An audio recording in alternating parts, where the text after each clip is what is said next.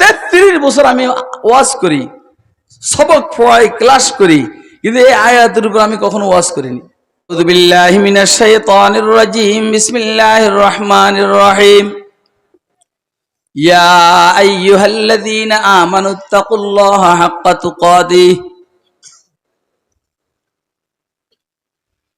ওয়ালা তামুতুন্না ইল্লা ওয়া আনতুম মুসলিমুন। এর আগের একটা আয়াত আছে, ওয়া কাইফা তাকফুরুনা বিল্লাহি ওয়া আনতুম তুতলা আলাইকুম আয়াতু ওয়া ফীকুম রাসূলুহু ওয়া মান ইয়াতাসিম বিল্লাহি ফাকাদ হুদিয়া ইলা সিরাতিম মুস্তাকিম। আল্লাহ বলেন, ওয়া কাইফা তাকফুরুনা বিল্লাহ, আল্লাহ বললেন আমার কাছে আশ্চর্য লাগে তোমরা কিভাবে আল্লাহকে অস্বীকার করছো। তোমরা কিভাবে ওই দুনিয়ার মানুষেরা, ও ইহুদিরা, ও খ্রিস্টানেরা, ও হিন্দুরা, ও ব্রাহ্মণরা, তোমরা কিভাবে আল্লাহকে অস্বীকার করছো।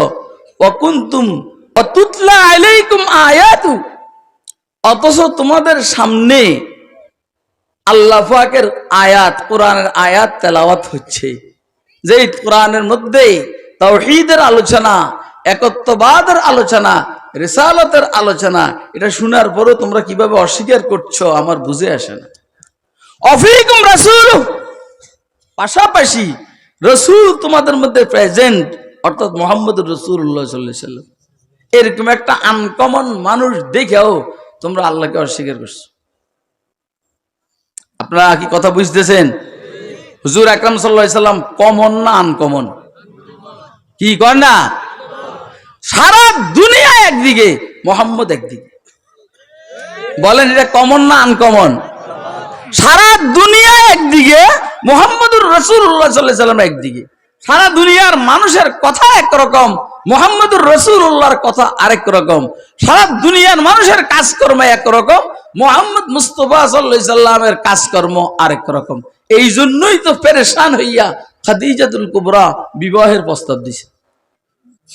40 বছরের বৃদ্ধা মহিলা 25 বছরের যুবক স্বামীটাকে, ছেলেটাকে স্বামী হিসাবে গ্রহণ করে। এত বয়স্কা মহিলা, মায়ের বয়সের বউ, ছেলের বয়সের স্বামী বিবাহ করার জন্য নিজে প্রস্তাব দেন, এটা চারটিখানি বিষয় না, কথা কয় না।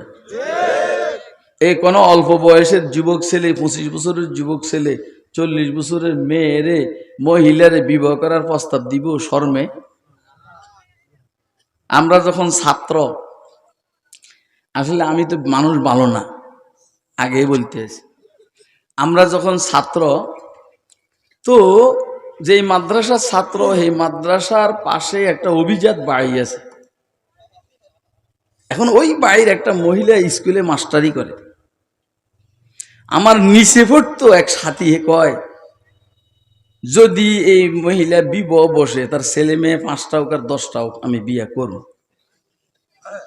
তা আমি কইলাম যে তোর কি মাথা খারাপ নি? কোন এর না বেটা, ইয়া ছেলে মেয়ে আছে কত বড় বড়, তোর মতো। কইলি কি হয়েছে ভাই, বডি ফিটনেস অনেক ভালো।